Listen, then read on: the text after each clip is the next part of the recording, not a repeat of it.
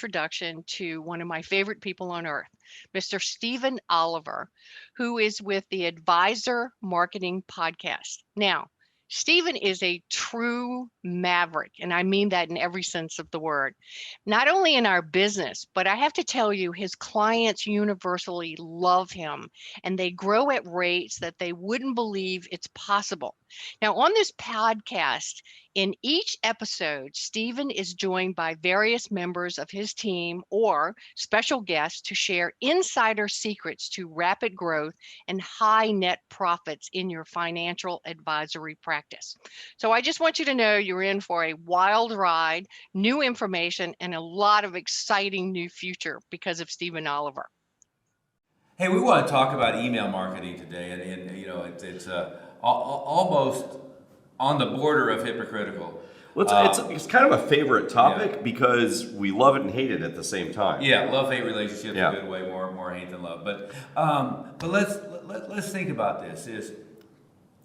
There was a shift, years ago, and you had, remember the movie Meg Ryan and You Tom Got Hanks? Mail. You've Got Mail. Yeah. There was, and that was back, I think it was AOL before it was even, connected to the internet. It was Yahoo. Was it Yahoo? I don't know. No, It was AOL. AOL, that's right.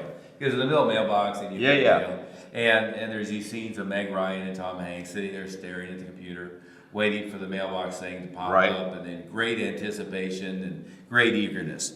Well, that doesn't exist anywhere in the world anymore.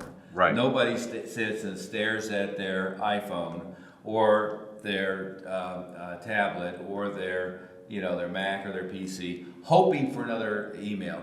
And in fact, it's the opposite. Is most people nowadays check their email with dread. They are working on sorting through all the volume to get to something that's a work-related email that they have to deal with, or maybe they're subscribed to a couple of interesting newsletters that they want, or maybe they're a shopping addict and they're looking for the auction sites or the Nordstrom email. But So it's necessary. yeah, Everybody has to deal with it, but it's also anxiety provoking. Yeah. There's a psychology of email that you have to understand to be effective with it. yeah, and I would say overwhelming, right? Is we know that the number one thing that big corporations are trying to do, and that's the reason that Basecamp and Slack and Google, Microsoft's whatever it's called, Microsoft Teams, yeah, Monday.com. Yeah. all of that is designed to get rid of email in the corporate environment because it's become so overwhelming. But it's also been a extremely effective marketing tool. And it was an extremely effective marketing tool, and frankly, it continues to be an effective marketing tool. And the nice thing about it is, within parameters, is essentially free, right?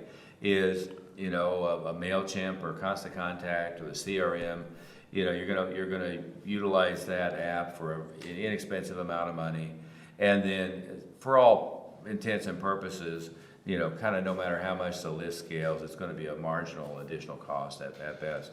And for most of us, it's going to be essentially free, right?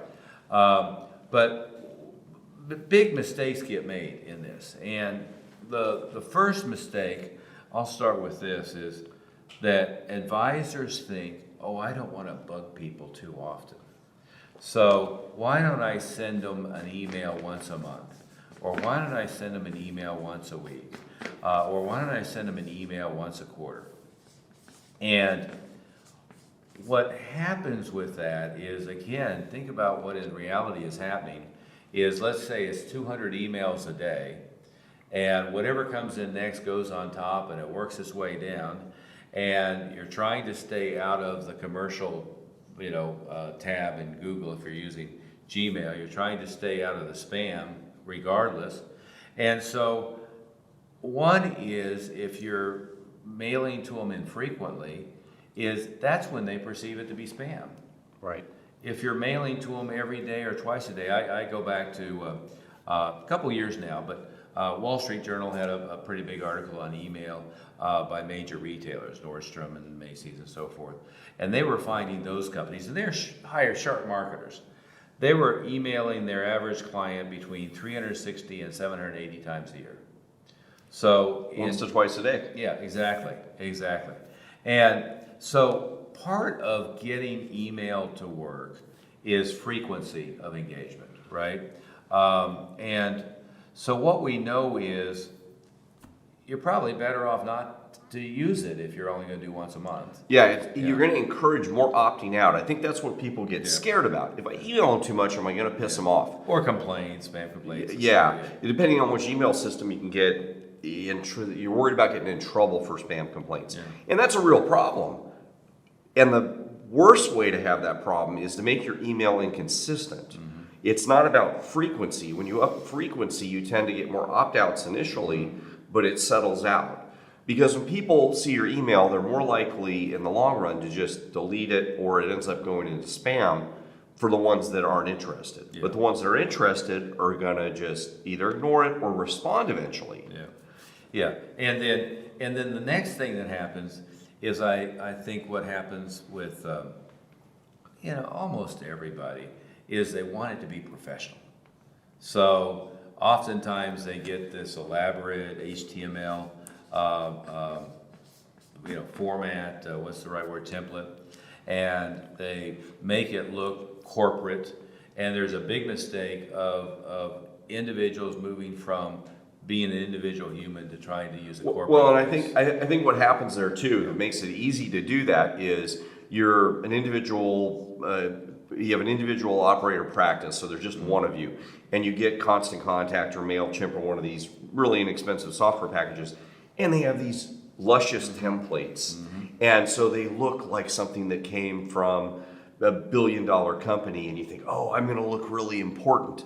So you do that, and you make it look that way, so because you think you'll look more important. What you actually look like is you're one of a million. You're one of all these other companies that are responding. What you want to look like is you're a person. You're an individual. You're having a conversation with them. And you neuter the effectiveness. Yeah, and now it's okay to use some cosmetics, to use some graphics and some personality in it, but to use like some template with a big huge graphic header and your information that is about your offer and your personality and your message is way down below because there's this big graphic header and other information is counterproductive. And again, I'll steal from Gary Halbert. Is his line was, whether it was email or direct mail, was you want it to read like you're sitting down with your buddy next to the bar, explaining to him what you have to offer, what your thinking is, and one thing or another. Not that you're trying to create a billboard or you're trying to create a corporate voice. And again, it's endemic in this industry that people try to have this corporate facade that doesn't have human beings attached to it. And so what we've seen the most effective is just like a very personal, very, well, I got up this morning, I was driving down the road and I saw this billboard. It made me think about blah, blah, blah, blah, blah, and it, or we just went to the Caribbean, and one of the things I noticed was, and that, gave me the thought of, you want it to be very personal. You want it to come across as it's engaging in what you're doing. As you know, I like to do rants, right? But, it's a rant about something. Yeah. That's the Kennedy format is, I'm pissed off about something today, and I want to let you know about it. But it's a rant, or it's a autobiographical, or it's to get into the topic. It's this thing reminded me of this, and it ultimately comes down to this is what's happening. And so it's going to relate to what you're going to sell, but it's interesting. Yeah, engaging. I mean, people enjoy stories. They enjoy getting inside somebody else's autobiography and what's going on. They like the backstory. They like the day-to-day. And of course, you're not going to, you're going to be judicious in what you share and what you don't share. But the more human you are, and frankly, the words are things that engage people, right? So, you know, I'm not gonna ever post on social media or say, I was so depressed last night, I drank a bottle of Yeah, tequila. yeah, You know, of course, I don't drink, and, you know, you don't drink much, but I'm not gonna do that. Sure. But it's going to be, wow, I went to Fort Lauderdale, and I was looking at all the yachts around, and it just reminded me how much money is in the world. And, you know, we get into a place of lack, and instead there's abundance, and I made a renewed effort to go find where the people with money are and stop dealing with people who don't have money. And one of the conclusions I made, I mean, it's that kind of... Yeah, or like right now, we're in Annapolis, where we're gonna be visiting the Naval Academy, Yeah. and there's lots of things to relate to here. How these guys are working like crazy, Yeah. you know, 16 hours a day to achieve a really big goal. Yeah. And then we can talk to someone about, you know, how does this relate to the goals you're trying to achieve? And then it has something to do with the webinar I'm offering. Yeah. But there's a relationship that makes some sense. Or it may not even relate directly to the offer that I'm giving, but Right. that might be in my PS. Yeah. Or there's some other kind of connection that I'm making with the person that's going to be reading it. I was just listening to Joe Rogan's podcast, or I was Jocko, I never can pronounce his last name, and he made a comment that really made me think about our business and, you know, the way that we work together. And what I found was, right, I mean, it's, you know, it's that kind of thing. So one of the elements of using email effectively is frequency. So, and it doesn't, you don't have to be Shakespeare. And you don't want it to come from a faceless corporation, you want it to come from an individual. But the ideal would be, you know, you're emailing them, worst case, 3-4 times a week, best case, you know, 7 times, 8 times a week. And, you know, they don't have to be 1,000 words, they can be 200 words, but you're reaching out and you're constantly in front of them. Now, from a standpoint of them actually reading the email, we know number one is frequency because it's familiar, but number two is then the subject line. Yeah, Right. Yeah. Well, the subject line, actually the from Yeah. email address. Right. So the from email address, where you're emailing it from. If you email it from in a perfect world, now we're getting into a little bit of complexity, but we've talked about like if it's a prospect or your current clients that you're emailing, we want to do a little bit of work to get our email address in their contact list. Right. So to keep things from getting into spam, and let's write subject or from email address here. Well, you know what I saw, the worst case scenario is it said from mail list at xyz.net or something like that. Right. It's like, Yeah, the from email address. So, like for example, if you were Bob at advisorwealthmastery.com, that Bob Dunn at advisorwealthmastery.com is one of our director. So if it was from that email address, that's a personalized email address. Now that isn't in most of your email contact lists. So your email software might, or mine, Greg Moody at advisorwealthmastery.com. That's my email address. So that isn't in your contact list right now. If you were my client at the practice, we would want to make sure that I gave you my contact card and asked you to add that to your phone. And that's just a normal thing. As we got you started at the practice, we'd say, oh, and here's my contact card. Let's make sure we add that to your phone so you'll know when I call and you have all my contact information. That'd be a service bonus to you. When you add that to your phone, it gets into your tablet and your laptop and gets into your system. And that, again, is a benefit to your clients. Yeah. Now they're going to have your information there, and their email software will go, oh, this is a recognized email address, so it's more likely to get into their computer. Yeah. Now, even for people that don't have your email address, if it was something like info at, or the server was certain servers that wouldn't be recognized, like now Yahoo is one that gets, if you're sending it from a Yahoo email address, or certain email servers, there are certain things that can happen from your from address where they can get hash canned. Yeah, that they can be more likely to get spammed. Yeah. So first of all, if it's a recognized email address. Second, if it's a more likely to get spammed email address, that can hurt you. The next one is... And that's to get it into the email box. Yeah, that's to get it into their inbox, to get it delivered into their inbox. Yeah. But then to get it read, subject line. And the way to think about a subject line is a headline which is an ad for the ad or an ad for the engagement. And there's a number of different ways to do headlines. There's curiosity, right? So if you pick one of those stories that I was listening, that I was making up on the fly, but I was listening to Joe Rogan's podcast, and it dawned on me, some really important ideas for you on how to really make sure your financial future is stable. Well, okay, Rogan, what does that have to do with anything? And then the story continues. So that's like curiosity, right? Something that's the powerful concept that I always come back to is, what's in their mind? What is it they're thinking? What's going on? And if I can like plug right into that, then I'm better off, and the more topical, especially in email, if there's new news today, or there's new news this week, if there's new news on legislation that's going to affect tax rates, or new news on legislation that's going to affect IRAs, or there's new capital gains tax coming in. Greg, tax rate change today. That would be a subject line. I might, I better open that thing because I got to find that out. Your tax rate changed today. Or how to avoid the upcoming increase in taxes on capital gains. Right. That was a little milquetoast, a little bland, but you get the idea.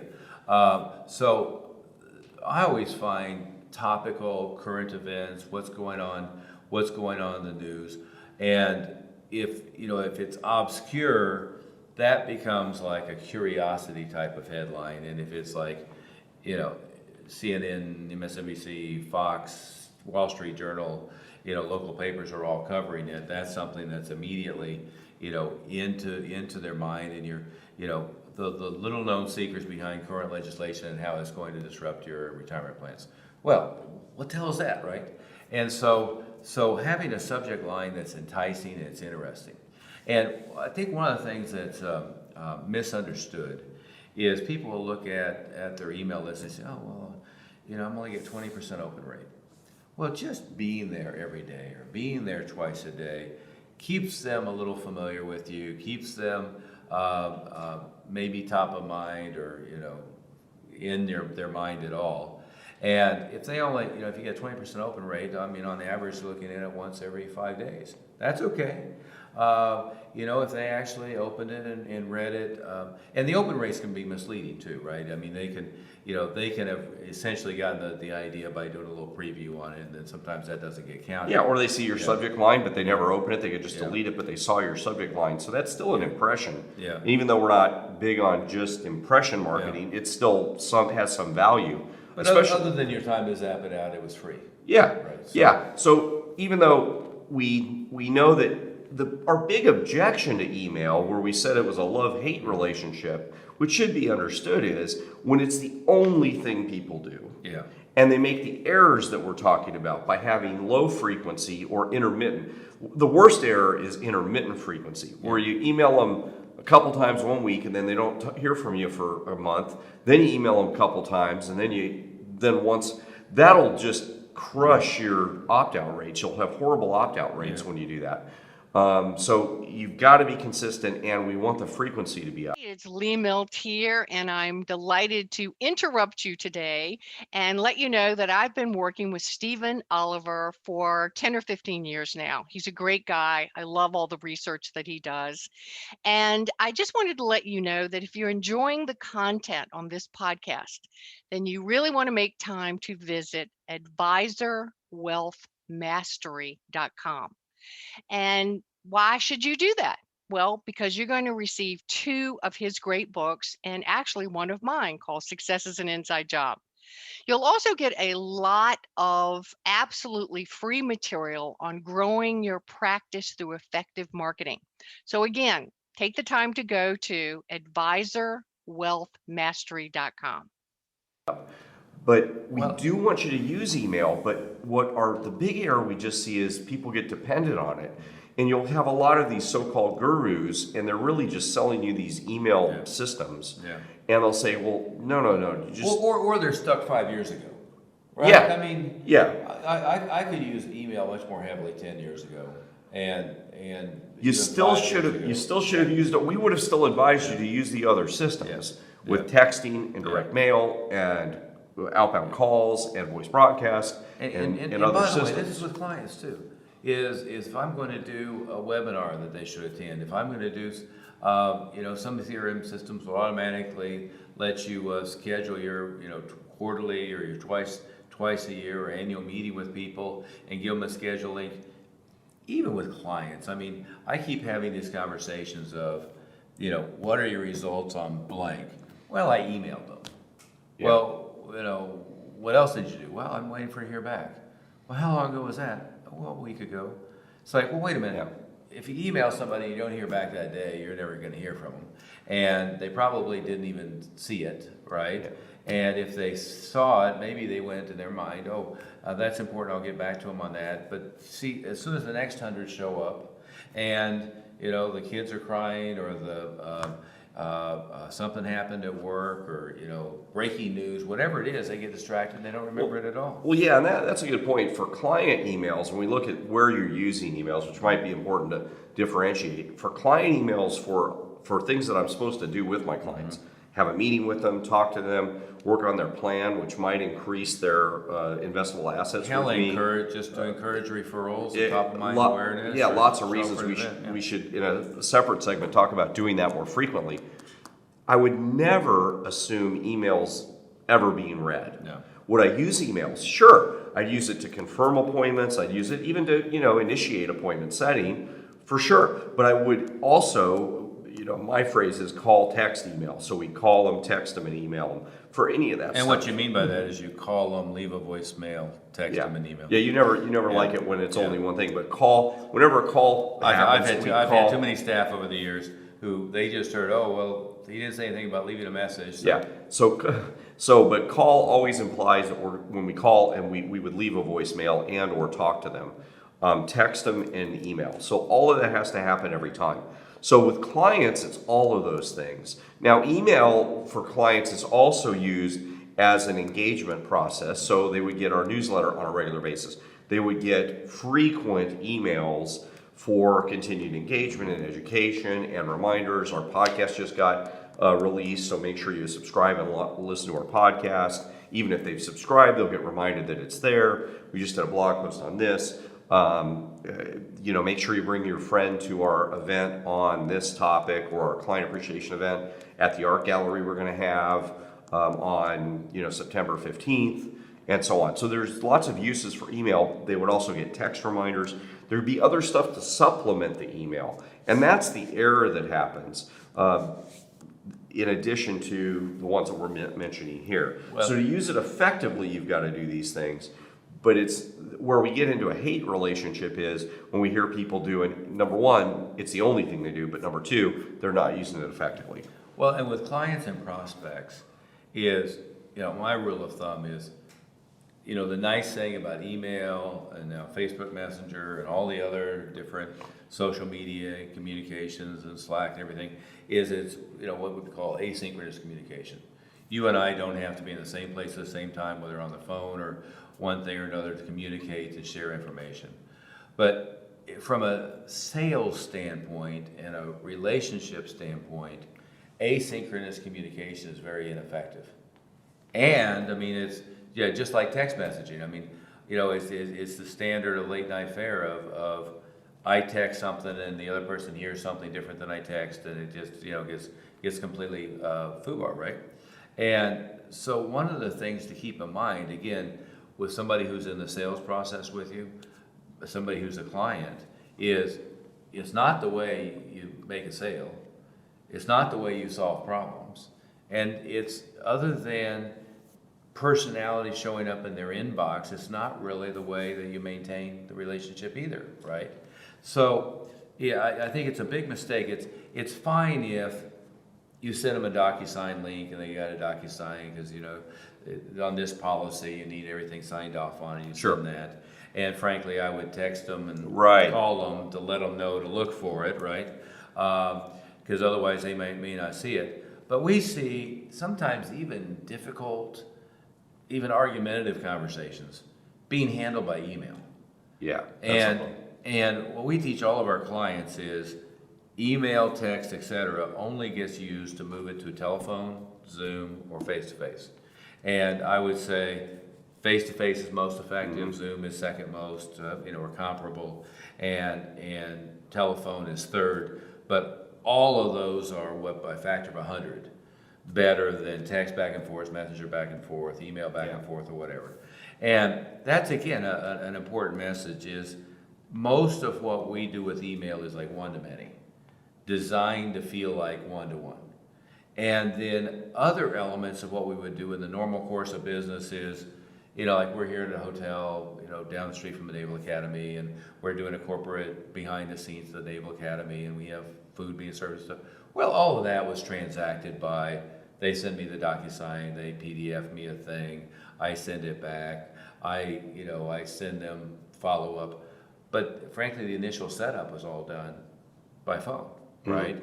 So it's clear that email's fine for sharing documents, and email's fine for, you need a DocuSign, and email's fine for, one-to-many communications, but it's not fine for actually having a person-to-person conversation. Yeah. Nobody's gonna give you $1 million to manage for them, by email back and forth or text message back and forth. Well, and I would expand on that I think there's this feeling that, but that's really cumbersome to call and to follow up with people. It's a lot less work, because if you're emailing, then you gotta wait for the email, and then there's time lost in checking the email, and then it's this, as you say, asynchronous communication where you're not at the same place at the same time. It's a lot easier just having it out by the phone to get things moved along, and you're going to get something done when you do connect. That little cartoon meme that Mindy sent to all of us, remember? It was, the boss subordinate, and the boss is saying, did you contact them? And the response is, well, I emailed them. And, no, did you talk to them? Well, I'll text them. No, just call them, right? Just call them. And again, I think the biggest value of all of that is to schedule a time to talk, right? Right. Emails to supplement and enhance your ability to have actual human interactions. We want you to use, in all the segments that we've talked about using the internet, we talked about using direct mail, we've talked about texting, we've talked about email, we've talked about all these pieces that you need to use, and we want you to automate them. And for anybody that's scared, it's like, oh crap, they're telling me to use all this stuff, I want to shut everything off. No, we'll help you make it easy. One step at a time. But it's to enhance you being able to do more human interactions with people, because that's the most efficient way to get more business done. Yeah. And in a perfect world, we wouldn't have to do any of that. We just talk to people. Yeah. Well, my favorite use of text is to set an appointment to actually talk with somebody. Right? It eliminates that phone tag thing about of cold calls, and they call you back and forth. But I can text them a schedule link if they put it on my calendar. It's like when we were talking about podcasts. Here's a link. We're going to do an interview. Put the time that works best for you, and we'll do it. We need to set a follow-up meeting. Here's the link to my calendar. Let's set a time to do it. Well, if anybody engages me too much by text, by the way, I just then call them because I have their number because they texted me. Yeah. So that's the process and what you do. Yeah.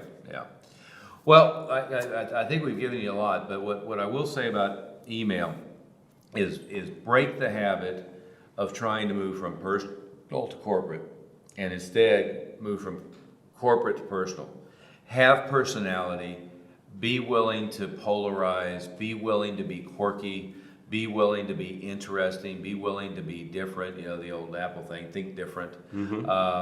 But you've got to be willing to be engaging, to be different, and utilize stories, and don't make it dry, right? And again, really, people would rather be entertained than educated. That was, Walt Disney's thing, right? But what you really want to do is you want to educate them up to the point where they say, well, there's a lot to know about this. I want you to do it for me. It takes a lot of time to stay on top of this. I want you to do it for me. And that's a fairly easy threshold to cross. And it's easier and easier and easier the higher income bracket they're in, the more important role they're in. Which are the clients that you want. Exactly. But with email can be used for an awful lot of different things, but mostly it's just to keep in front of them and keep nurturing the relationship and have them be familiar with you and utilizing other aspects to also communicate with them. But ultimately, your mission, of course, is to make an appointment and to turn them into a new client, or if they're a client, to keep them engaged, keep them happy, and generate other clients. But it really isn't going to solve all your problems. It's just a piece. And my last I hate email is that email is dying a slow and painful death, right? I would love it if email was as fruitful as back with the Goldie Hawn and Tom Hanks movie. Meg Ryan and Tom Hanks. Meg Ryan, there you go. Get the movies right. You got mail. Yeah, well, exactly. It'd be nice if it worked as well as that, but it doesn't. Yeah, it'd be nice if everybody's sitting there waiting for your special, email missive today. But they're not. Right. And they're not even in a good mood when they have to go through it all. And they probably won't see it. Yeah, probably. But they'll see enough of them if you're regular and consistent. If you and do out this there stuff a lot. right. Yeah. So, just keep in mind, again, my hate about it is that it's dying a slow and painful death. Everybody's trying to get rid of it. Pretty much everybody hates it. The next generation, by the way, my daughter doesn't really use email. If I could email her something, she'll maybe look at it once a month because her school might send her something. They're using Messenger and stuff on Snapchat and what's the video app? TikTok. Yeah. So there's this constant evolution too of age demographic and of what's new and what's exciting. We do know that text has almost 100% open rate and almost a 100% read rate, or deliverability rate, I guess is what I meant to say. And so utilize all of the medium, but do it in an engaging and thoughtful way and be really consistent with it. On Right. that, we'll leave you with that.